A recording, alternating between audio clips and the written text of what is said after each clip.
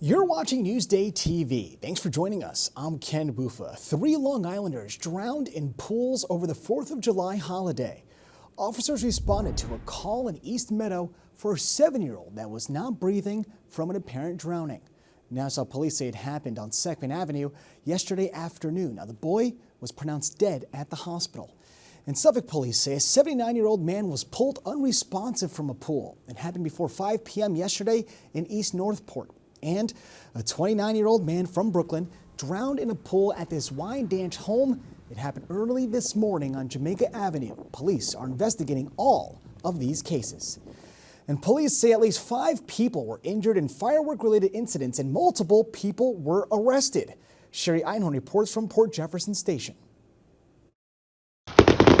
Dazzling and delightful. That's how neighbors describe this elaborate but illegal residential fireworks display here on Fox Run Court in Port Jefferson Station. It's absolutely amazing. It's phenomenal. It goes on for 20-25 minutes nonstop. One of the best performances I've ever seen. Here's what it looked like the morning after. A street littered with debris along with empty fireworks boxes lining the street. Neighbors tell us this fireworks display has been drawing a huge crowd for several years. They say nothing has ever gone wrong until yesterday. Oh my God. Cell phone video obtained by Newsday shows the chaos afterwards. 4 people, including an 8-year-old, were injured. 1 severed a finger. Others suffered serious burns and a leg injury. All were taken to the hospital. Oh my gosh. Oh, that's sad. It was never like that before. I mean, I've been here for 3 years. No issues at all. Several cars were also damaged. We saw shattered windows with what looked like a bullet hole and damaged windshields.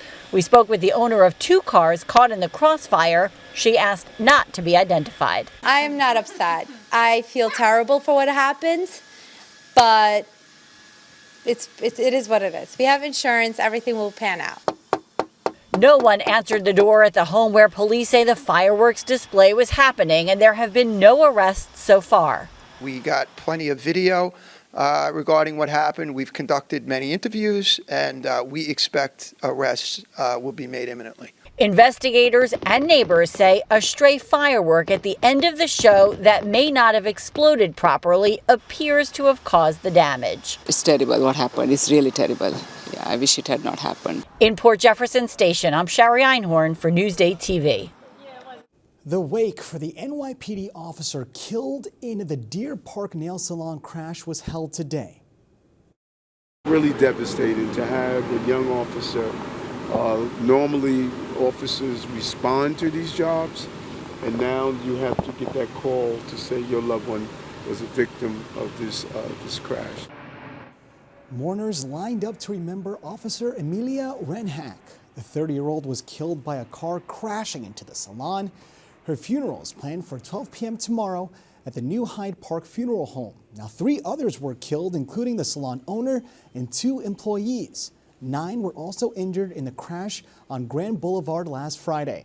Now, police say 64-year-old Stephen Schwally drank 18 beers the night before and was speeding when he crashed. He pleaded not guilty to DWI charges. Governor Kathy Hochul's pause on the congestion pricing plan will have an impact on the LIRR riders. Our transportation reporter Alfonso Castillo is highlighting what this will mean for us. So how is this going to impact the Long Island Railroad going forward?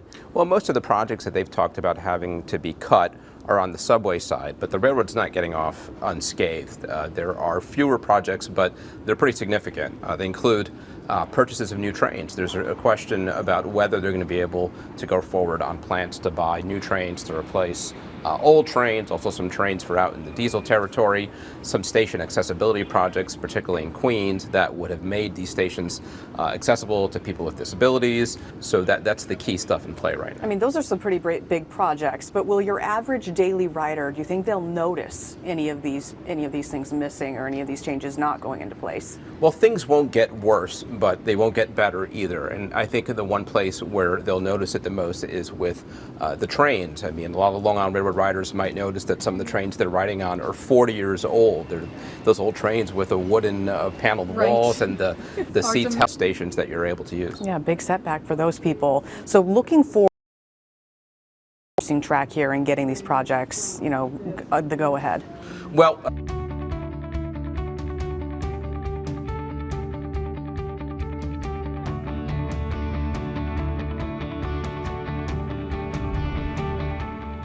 Saratoga is known for its charming village and horse racing, but where do the horses go when their racing careers are over?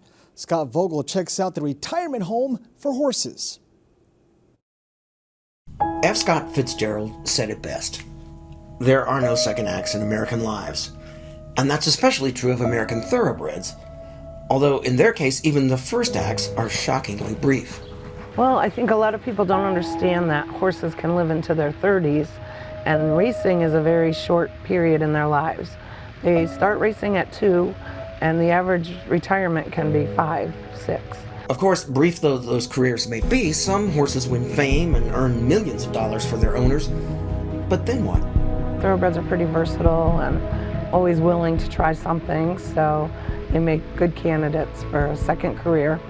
But then a lot of times, as they get older or they get injured, people don't want to hold on to them, so there's a big need for a place for them to just go and quietly live out their lives.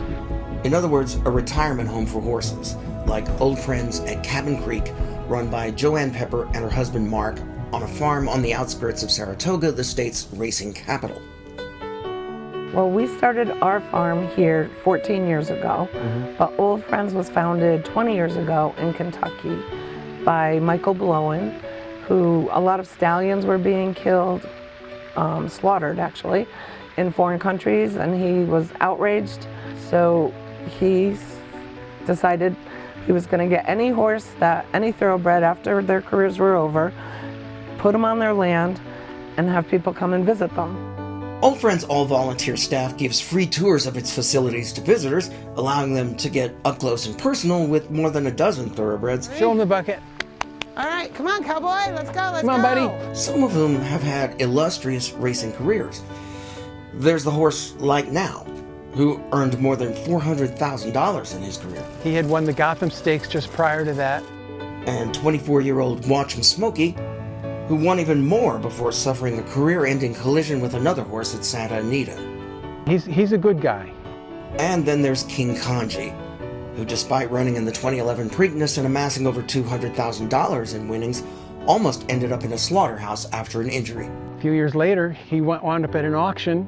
A guy went in at the auction, bought him for $250 because he wanted to ride a thoroughbred, and apparently realized when he looked at the paperwork and the ankle when he came out that he wasn't going to be able to do that. So he's outside the auction trying to recoup his money by selling him to a kill buyer who would truck him off to Canada where he'd be slaughtered.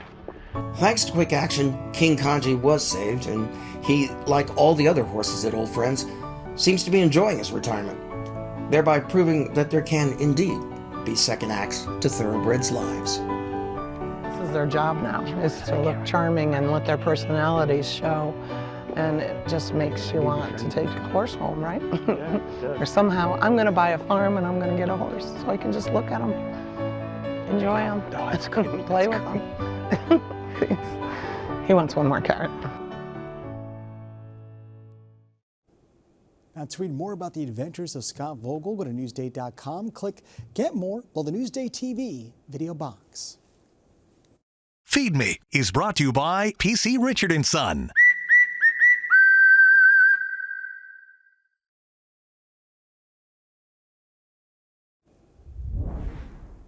We're sampling some of the standout lobster rolls here on Long Island. Elisa Stefano and Maria Elena Martinez have today's Feed Me TV.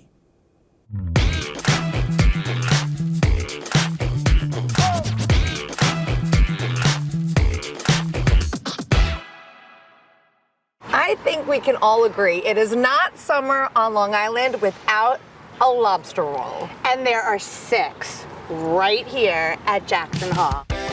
There's lots of lobster love at the East Islip Eatery, home of the viral lobster bomb. We'll get to that. But first, Newsday food critic Maria Elena Martinez ordered all of the lobster rolls on the menu, from classic to creative. All right, so the first is the New England, which is your classic mayo, right? That's a good lobster roll. This is Connecticut. So Connecticut is butter only. This is a spicy lobster roll. To your left, surf and turf. That is basically Connecticut with filet mignon tips on it. Newest on the menu. Maryland roll, it's crab and lobster with Old Bay, obviously. Yeah. And then last, which I'm really excited to try, what is that? this is called the Long Island roll. How appropriate. And it has a honey Cajun butter and jalapenos. And because Long Islanders like it hot. Go ahead, Marie, show us how it's done. I'm gonna be so dainty. Oh, that's impressive.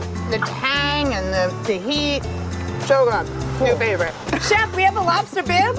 We have a bib. I need a bib. I need a bib before attempting this in white. Spicy lobster roll and a bib. It's fine. This is heavy. It's really heavy. Oh my goodness. That's amazing. That was amazing. Just when we thought it couldn't get any better, Chef. The bomb. That looks like the bomb. This is lobster bomb. And basically, it's like a bread bowl filled with lobster bisque. So it's like a lobster roll / bisque / I mean, this I feel like it's like lunch and dinner in one. Oh, I know that look. She likes the bisque. Elisa DiStefano, NewsdayTV. All looks so good. Now, for more on where to find the best lobster roll on Long Island, go to Newsday.com, click Get More, below the Newsday TV video box. All right, fun's over. There's rain coming, and here's a look at your Long Island weather to show you. So, it was a beautiful day today overall, but tonight we will have some showers, and tomorrow we'll have some showers too. Let's take a closer look at tomorrow. You can see we start the day off wet, but it does clear out from some mostly cloudy skies. But taking a look at the 7-day forecast, the rain does stick around for Saturday, and it looks like it's coming back towards the end of next week too.